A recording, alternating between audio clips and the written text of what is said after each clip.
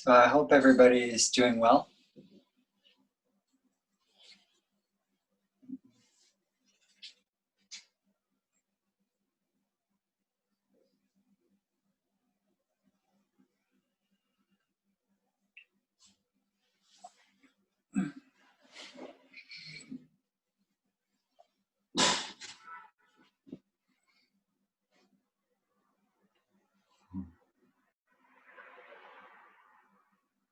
Tonight I wanted to talk for a little bit about Dukkha. And the reason is, well, it's pretty important, but I feel that sometimes it's essential to go back to some of the basics. And when the Buddha pretty clearly expresses that he teaches one thing only, suffering, and the end of suffering, then coming back to that first noble truth, the truth of dukkha, of suffering, there is dukkha. And as in a description of life, we often progress in our understanding of the Dharma to many teachings about meditation and different qualities, mind and wisdom, emptiness even, the unconditioned, different traditions.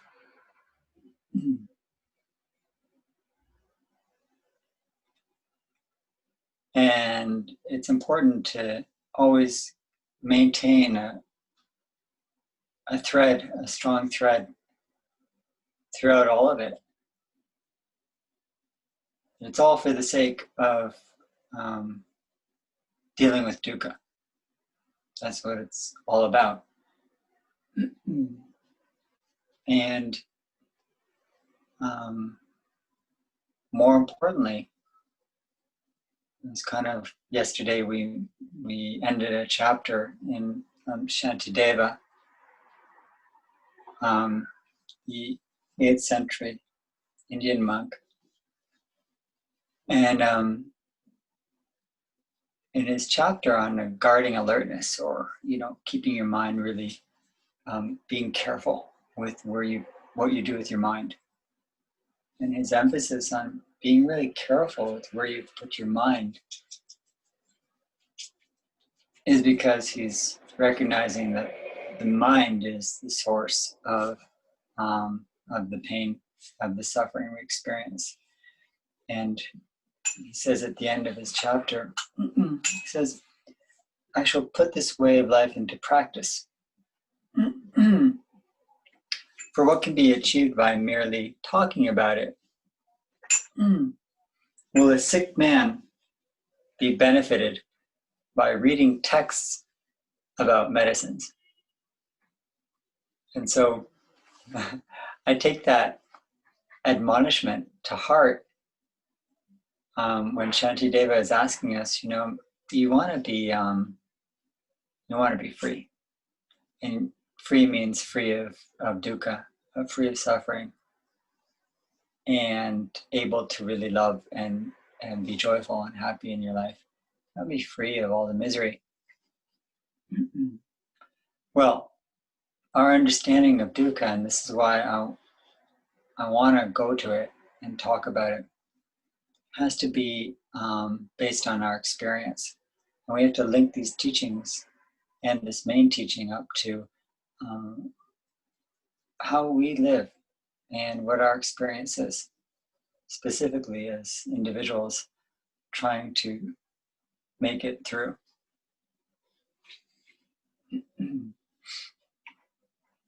So all the teachings I can give you have heard before, contemplated and understood well.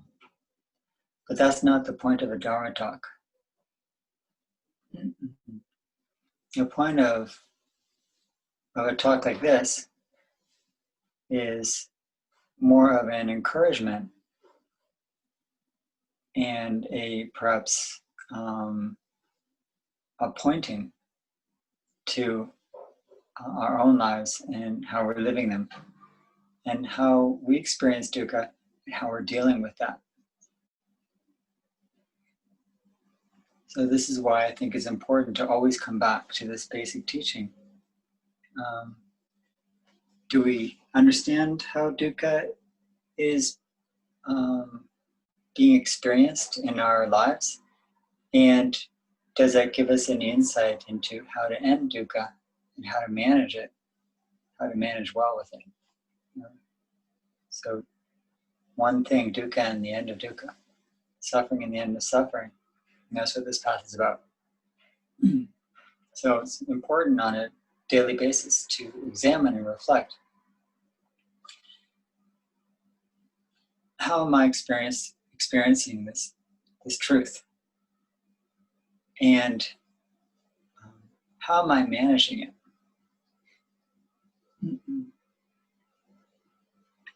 So that's why I wanted to discuss this tonight.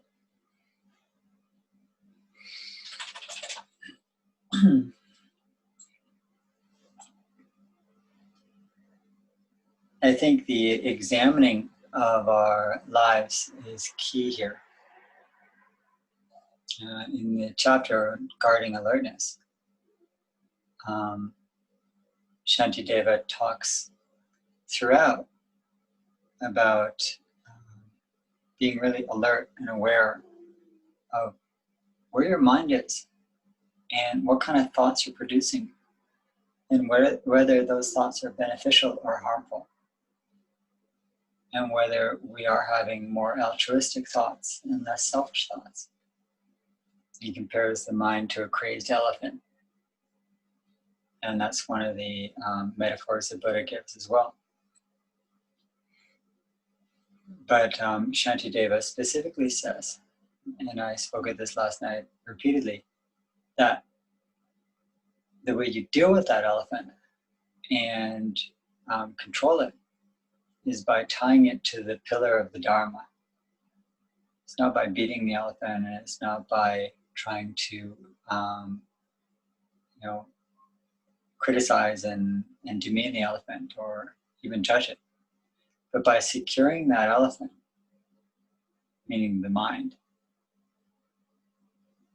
to a solid foundation, to a pillar that is secure. And that's what the Dharma is for our minds, for this elephant mind. As you said, the crazy elephant.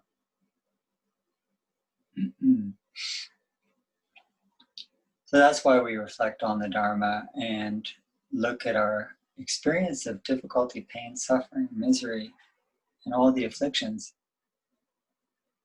while holding on, while secured to that pillar.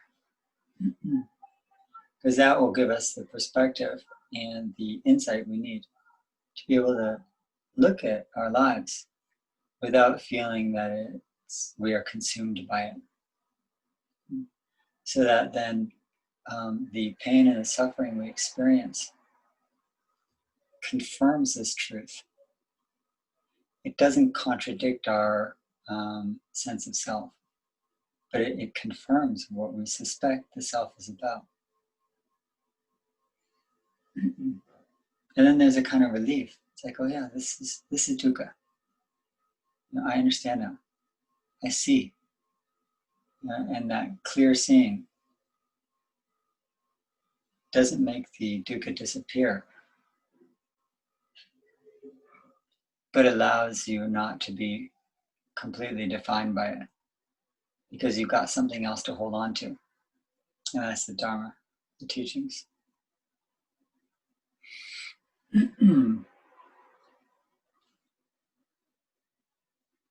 So when the Buddha first teaches about the First Noble Truth in his first teaching, the turning of the wheel of the Dharma,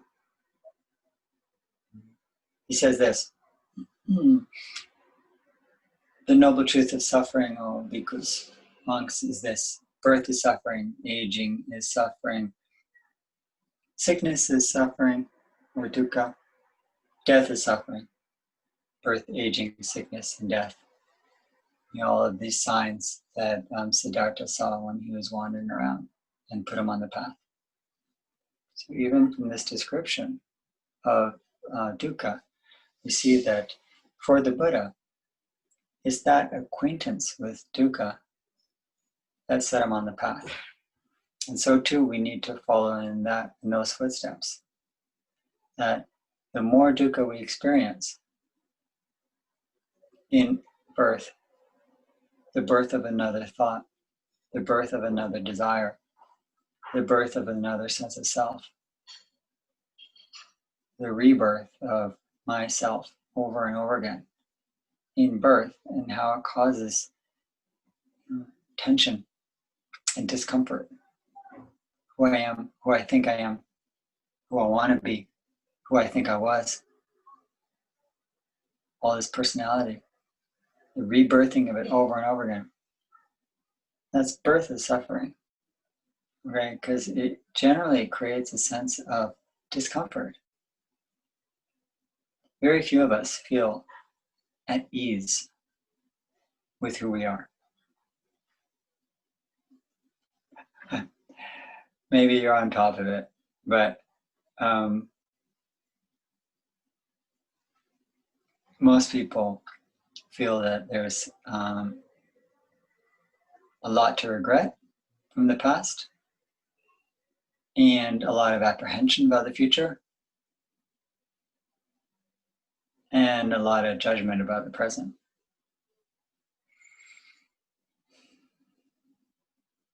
And that judgment can be desire or aversion, attachment or aversion. So the rebirth of the self over and over again, from moment to moment, is a source of dukkha, the stress, that dis-ease. And it doesn't have to be like I've got a, a cut on my hand, or I'm now can't breathe or sick or something. It doesn't have to be so gross, the discomfort. It can be this pull and this tug and this sense of just, I need to be something else. More this and less this. And that pulls us through life and pushes us away from. One of the antidotes, of course, is the meditation of being, of abiding, calm abiding in your present moment. So to step out of that pushing away from and pulling towards the aversion from what I don't like in myself, in my life, and the attachment or attraction to what I want, desire, and letting go of that inner stress that is, the second noble truth, that dukkha is caused by attachment, by attachment, aversion, and delusion. So when we look at the first noble truth and we experience it and we examine it closely in our lives, just in the sense of birth of the self, the rebirth of the self. And I just look at that very first teaching of the Buddha. O bhikkhus, the first noble truth is this: birth is suffering. Aging, sickness, and death are suffering. Great disease of just being in this cycle of life is a great disease. Anyone who thinks that that young people have it easier because they're physically healthy, should go into a high school or an elementary school and see the way they act.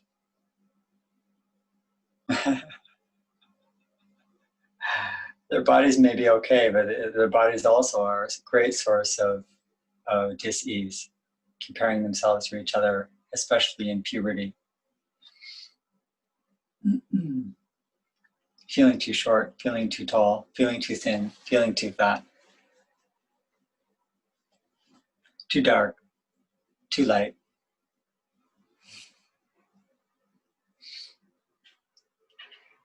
On and on. And that's when the bodies are like of endless energy, and they can stay up late and wake up early and eat whatever they want and still have energy. But the suffering is there. Birth, youth is suffering. And then, of course, we know illness, the dukkha of illness, physical and mental illness. And now in this time of, pandemic, and it seems like illness is the new norm. And yet still, we all just are hoping for the magic cure. Just give me a vaccine and everything will go back to normal. And the illness will just, have a different form.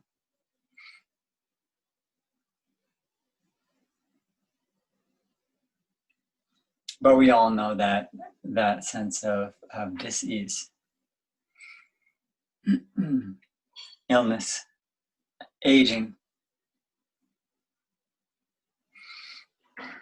In the Israeli Dharma communities, the average age is somewhat younger than it is in European and American Buddhist communities. It's a young country. So the sense of aging is dukkha. I think other Western communities, Buddhist communities, have a stronger sense of that.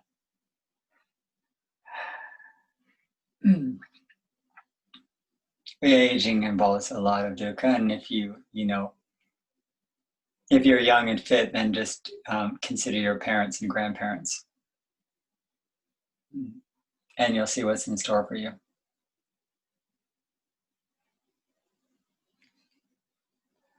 And death, of course. And there's not only the physical death, which is great dis-ease. It causes shock and denial and, anger and depression, bargaining, and then maybe at some point acceptance, those stages of grief. But there's a death along the way. There's all the deaths, just in the same way that there's all the births that we experience and the rebirth of a self that is problematic and a source of a lot of disease. So there's the constant small deaths of perhaps a sense of self I was attached to. When you're aging, there's a death of perhaps the young self or the healthy self. When you get sick, there's a death of the healthy self. You go through different stages in your life, and shedding a skin like a snake of these sensitive self that were precious to you, and then have to be let go of. But our attachment to them makes death difficult. I mean, the small deaths we're going through all the time.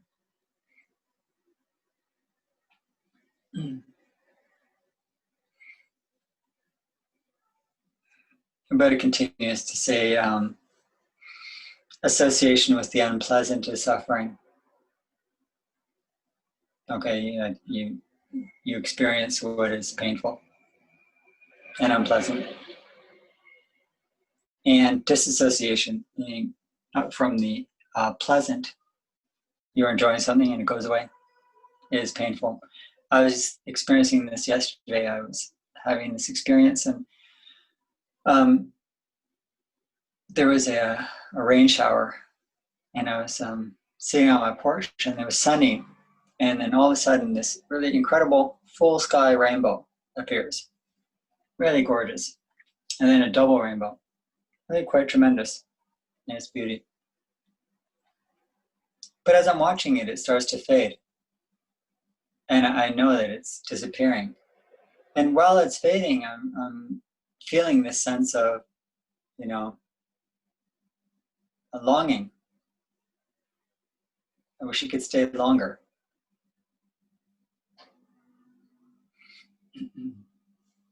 And then it goes.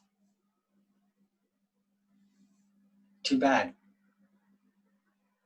So, disassociation from the pleasant. It can be something ephemeral that you know is going to pass. But it creates this sense of an awakening to the attachment that we have to pleasant experiences that we sometimes just take for granted. Like I'm sad in a subtle way.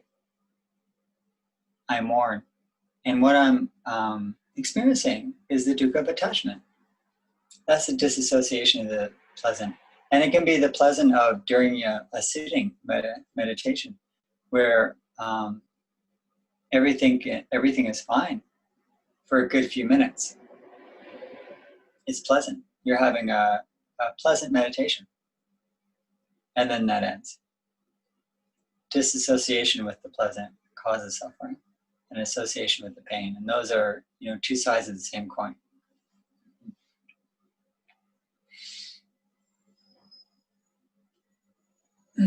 Continues. Not to receive what one desires is suffering.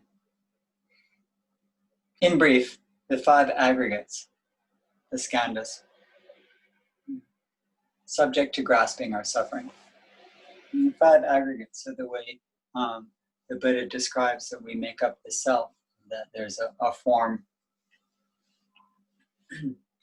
and that form might be, you have a body, and then there might be a physical sensation like a sound, and then and that's on the physical level, and then there'll be a there's form, and then there's a sensation where I hear something,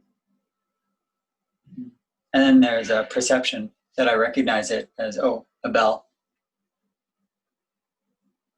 That's the perception part. And then there's volition, or the part of a mental activity where I have a desire for it. I want it. I want more. It's pleasant. So like there's a form of a sound, a sensation, which usually is experienced as either neutral, pleasant or unpleasant. There's a perception where I recognize it cognitively. It's a bell.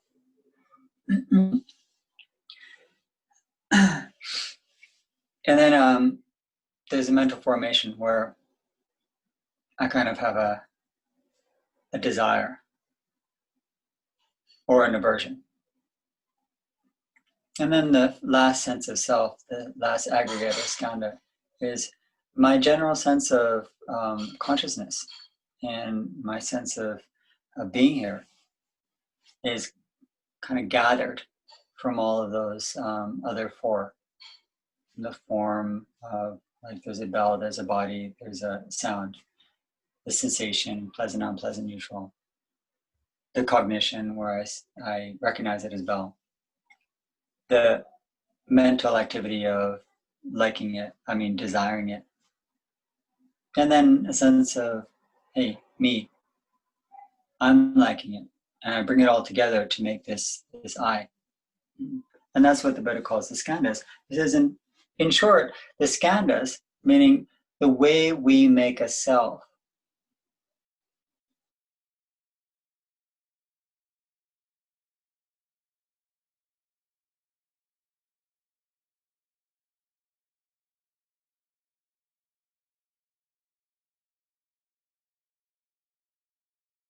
kind of a desire or an aversion from this whole experience. based on all these patterns that I've been living my life so far with. So the way the self is, gathered and made up moment by moment is inclined towards dukkha. So what we can do in examining dukkha in our lives is to go in the reverse order. Okay? That we have a sense of self, right? And you can see that you have a desire, you have attachment, you have aversion. And you can see that it's towards this object that I call the rainbow. And then I can see that the rainbow was something that was, pleasant because it was nice colors. So I experienced pleasantness. And then I go to the very beginning of that whole construct. I see there's just these colors. There's these colors. Okay, there's a form there, and there's a body, my eyes, and there's colors out there. And there's air, and there's rain, and there's sun. And I see that, this whole cycle of me is, something that I can trace back and say it's not inherent in the experience that I'm going to have aversion or attachment. There's a buildup to that. There's a buildup. And I can start to examine and look more closely at where it begins. Okay? So when we experience dukkha, it's not just like, oh, it's too late now. It's an invitation for awareness. That's how I can start to look at when I experience disease of attachment and aversion and confusion. When I start to feel dis-ease in my sense of self, in how I am physically or mentally, it's pointing to how I experience my relationship to the world.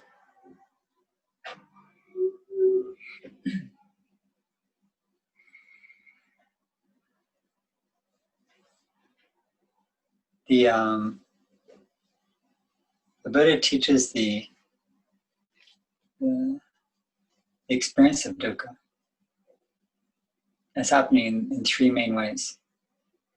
In the sort of most basic form of dukkha, which is in physical and mental ways. That there's pain. If I stub my toe, I got physical pain. If I hear something really sad, I feel mental pain. And there's like basic physical facts there. It's kind of like gross pain, physical, mental experience of pain. That's the dukkha of dukkha, it's called. And then there's the dukkha of change, where what I like and what I experience as pleasurable passes, and what is unpleasant comes when previously I was okay. So that's the experience of change. And change is just really, really basic to our understanding of how dukkha is experienced. And the reason it's really important and basic, just like having a body is having something that's gonna cause us some pain and suffering. Understanding having a body and having the reality of change means that dukkha and difficulty is natural. It's natural.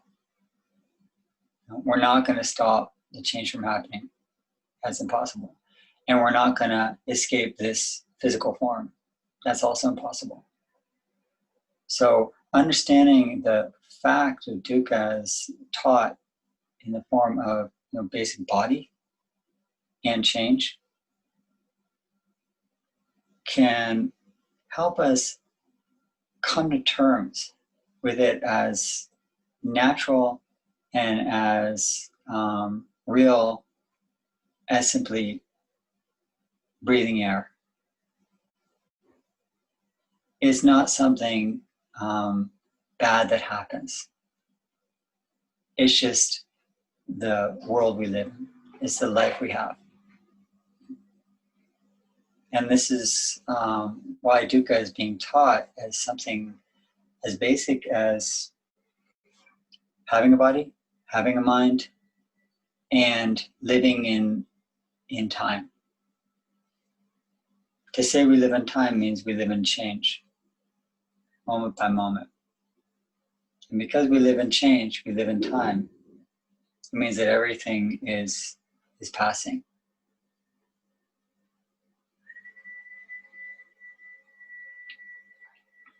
The third form of dukkha is the dukkha of what's called conditioned states or sankharas. And that is simply also a description of how we understand ourselves and live our lives as, as individuals. That my mental states are conditioned and dependent upon everything else around me. And so, because I'm living in a world where, temperatures change, noises happen, people do stuff, and I'm part of this, interdependent reality. When harm happens, it happens to me too. When conditions change, my mental state is dependent upon that. I don't stand independent, and I can't just be safe. I'm part of this. So that's a conditioned state. The dukkha of conditioned state is understanding that your mind is a product of all the conditions you're living with.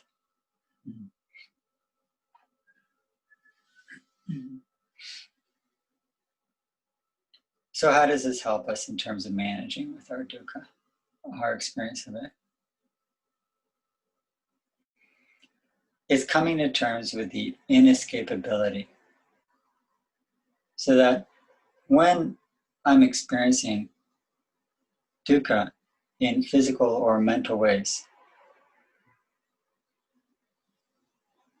I understand it in a more basic and insightful way as expressing the fundamental connection I have to all things around me. Dukkha is an expression of that connection. It's an expression of the connection between you and the rest of the world. This is a unique and thoroughly helpful way to understand the dukkha we experience. It's the nature of our relationship to the world. I'm living in a physical and mental form in a world of people and things around me that are sharing physical forms. And all those forms are subject to change. And that change often involves pain. And the way I think and my mental states are conditioned by those changes around me.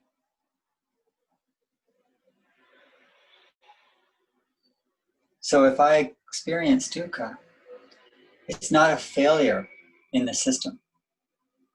It's the nature of the system.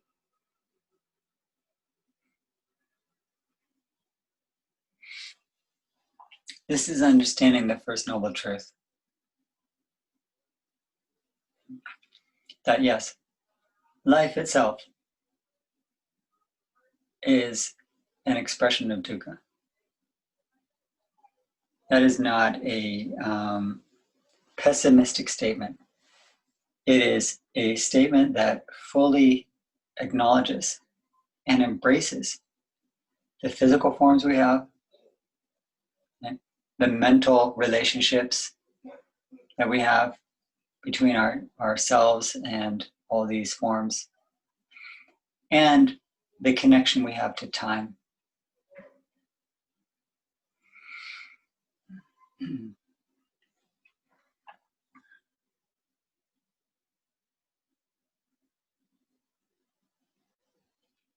In the Dhammapada, the Buddha writes in the chapter on the path, I thought it was helpful because again, it's going over some of the real basics in this relationship. He says, all conditioned things are impermanent. When we see this with insight, we will tire of the suffering. This is the way to purification. All conditioned things are inherently lacking. Lacking, that's a translation for dukkha. When we see this with insight, we will tire of the suffering. This is the way to purification. And finally, the last verse, all realities are devoid, don't have an abiding self. When we see this with insight, we will tire of the suffering. This is the way to purification. These three descriptions of reality that the Buddha teaches in these verses, that all things are changing, all things are lacking, and nothing has a abiding or permanent self. When we see this, then we tire and we say, okay, like this is enough. This is enough. And it puts us on the way of wondering, how can I consider things differently? How can I consider it differently?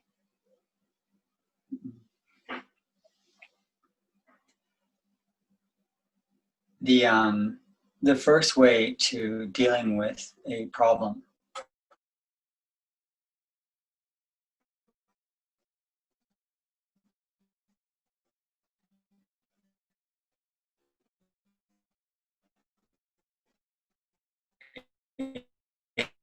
is change, and how change causes you some stress.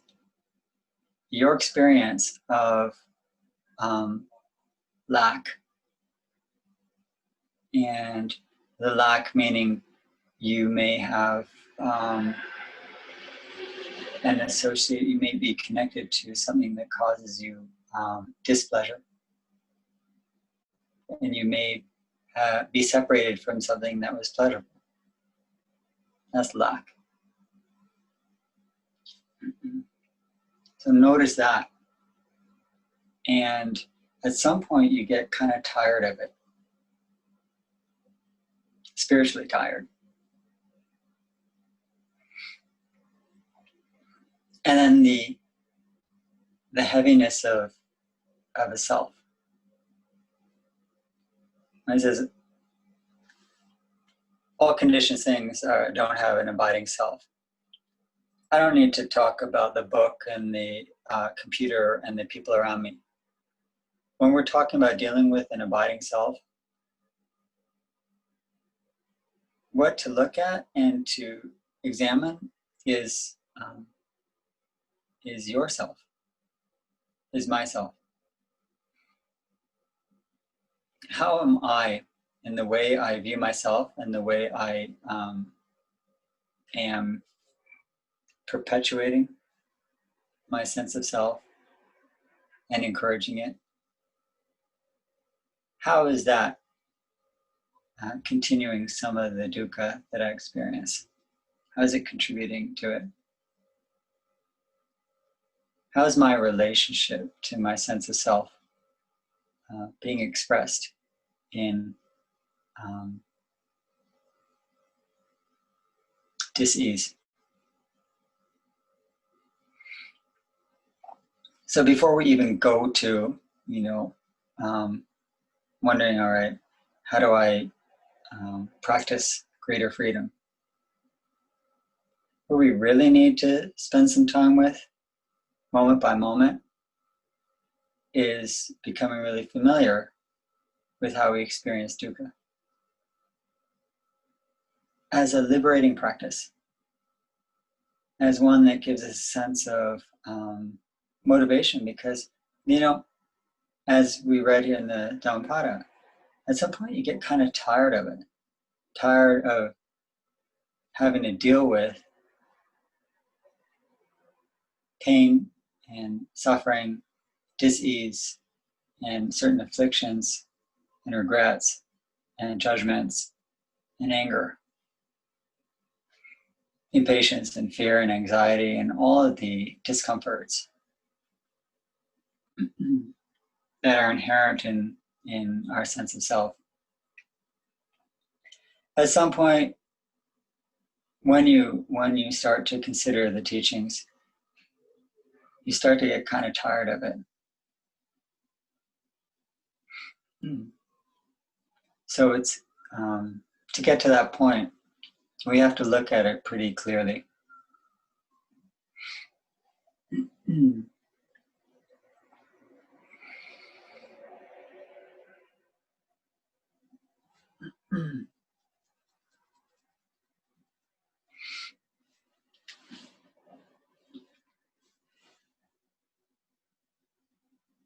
Most of us are pretty well versed and have heard teachings and have practiced and have read many books or some books on the Dharma and on the Four Noble Truths and on the teachings of dukkha. You know what I've said tonight.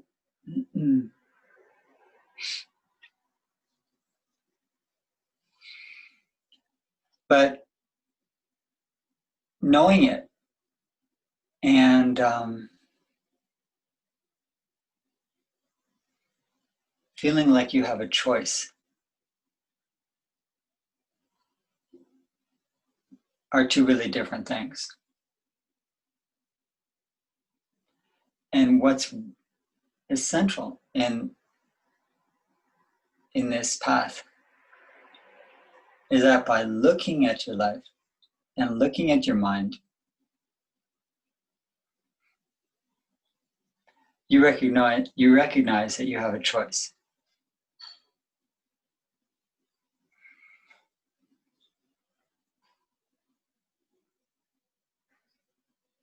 And that dukkha is there. The way we experience life and the way we are connected to all others and the way our minds are conditioned and the way we pass through time and the way things change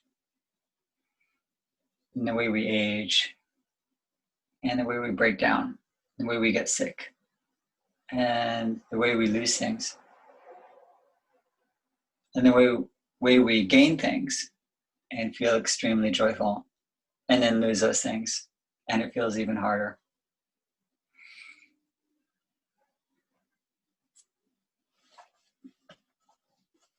That's natural and that's inescapable. That's a noble truth. It's noble. It's a noble truth. It's not called a terrible truth or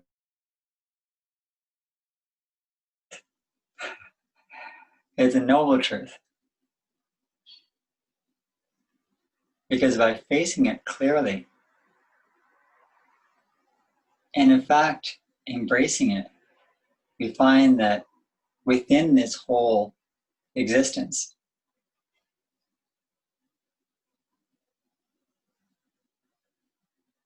there's a way to deal well. And it's not changing the nature of reality. It's not by changing the world.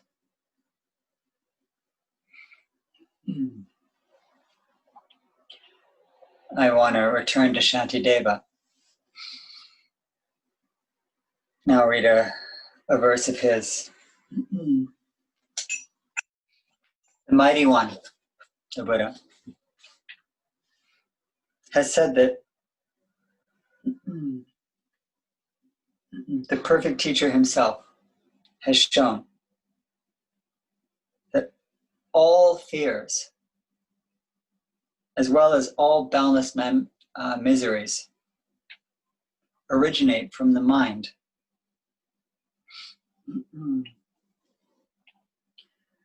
If all such things are the working of my mind, there's nothing to fear other than my mind.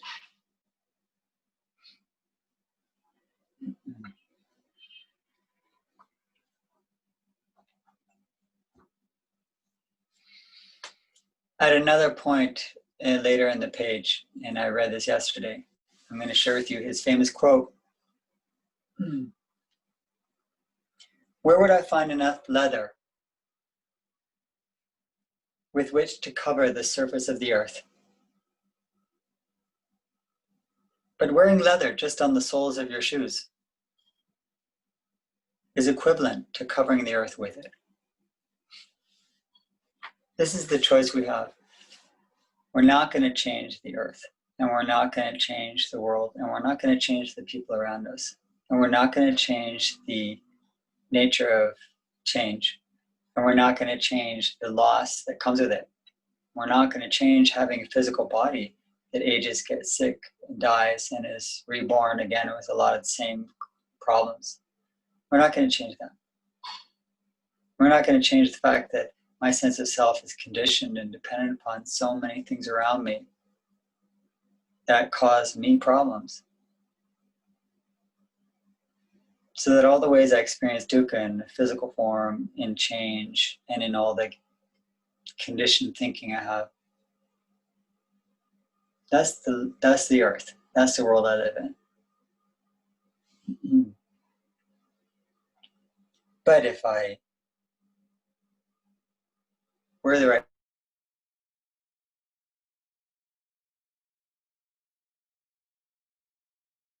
shoes and deal well, when the soon after the Buddha died, they were looking for images to represent the Buddha. And in some of the accounts, the Buddha forbade any image of himself to be made. So some symbols were devised to be in the place of the Buddha, and one of them was a pair of feet. And anyone who's been to Bodh Gaya, where the Bodhi tree is, where the Bodhisattva, will see it's a big square with a couple of like big footprints in the stone, representing the Buddha. And what it's representing is the path. Those pieces of leather that you put on your feet, and you'll be able to walk anywhere on this earth.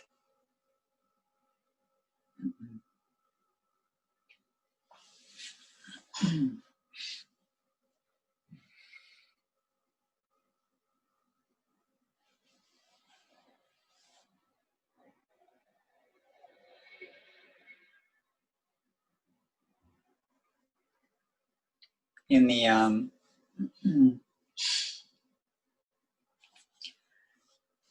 and I'll finish. I'll open to any comments. But in the what's called the Fire Sutra, when the Buddha says all things are on fire, and what are they on fire with? It says a fire with passion, fire of hatred, infatuation, the fire of birth, old age, death, sorrow, lamentation. All these states all these states are going to cause us to get burned. They cause discomfort. But if you wear the right shoes, then you can walk on the coals. And the fire is going to keep burning, but you're going to be able to walk on it.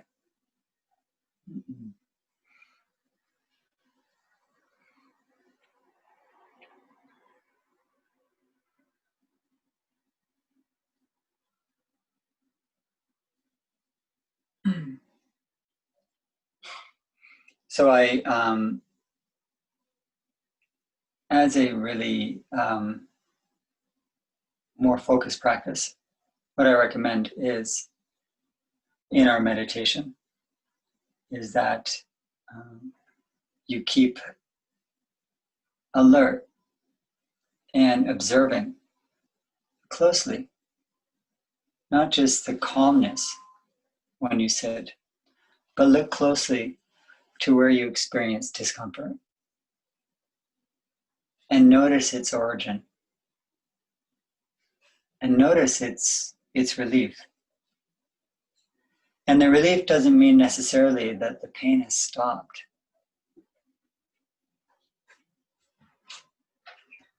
It means that you've let go of the aversion to it. And the release doesn't mean that the pleasure has stopped. It just means that you can experience pleasure without attachment and without fear that it's going to pass.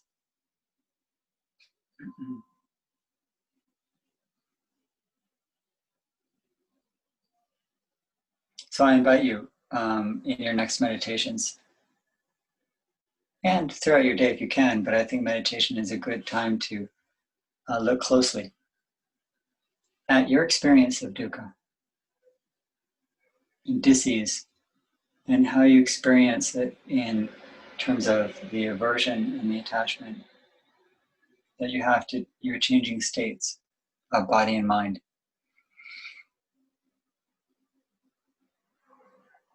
And to fully open to that. It's just the way it is right now. This is the truth. So when you are aware of that experience of dukkha, what you're aware of is a truth of being alive right now. And being able to observe that is a noble thing.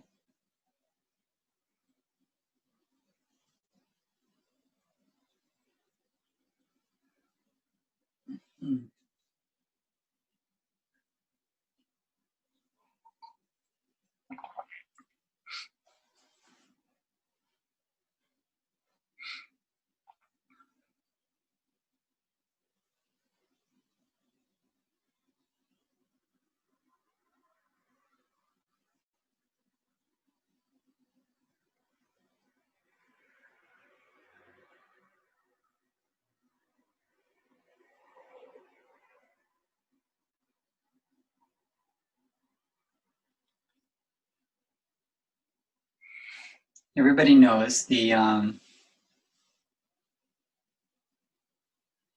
story of the mustard seed. I forget her name. When the Buddha, one of the stories of the Buddha where a woman who lost her baby couldn't bury it because she was so consumed with grief, and she carried this dead baby around for a few days until they said to her, go to the Buddha and he'll save your baby. So she went to the Buddha, and the Buddha, instead of saying your baby's dead, get over it, with a lot of skillful means, said, get a mustard seed from somebody, a house who hasn't experienced death. And she went all over Benares, couldn't find one family. Every place she knocked on had someone else in the family who had died. And after going all over the city, she finally, it dawned upon her, and she had insight. She had insight into the universality of dukkha. That dukkha is the way things are in this world. When you're in the world, there's going to be death. There's going to be pain. There's going to be suffering. There's going to be change and aging and loss. And so when she came back, she understood and was able to bury her child. What I'm saying, simply, is that when you experience difficulty, it's connecting you to others. It's the way your connection to the world is being expressed in this moment. And that gives dukkha nobility. It's the way your emptiness of self is being expressed and your fullness of all others. Because you're connected.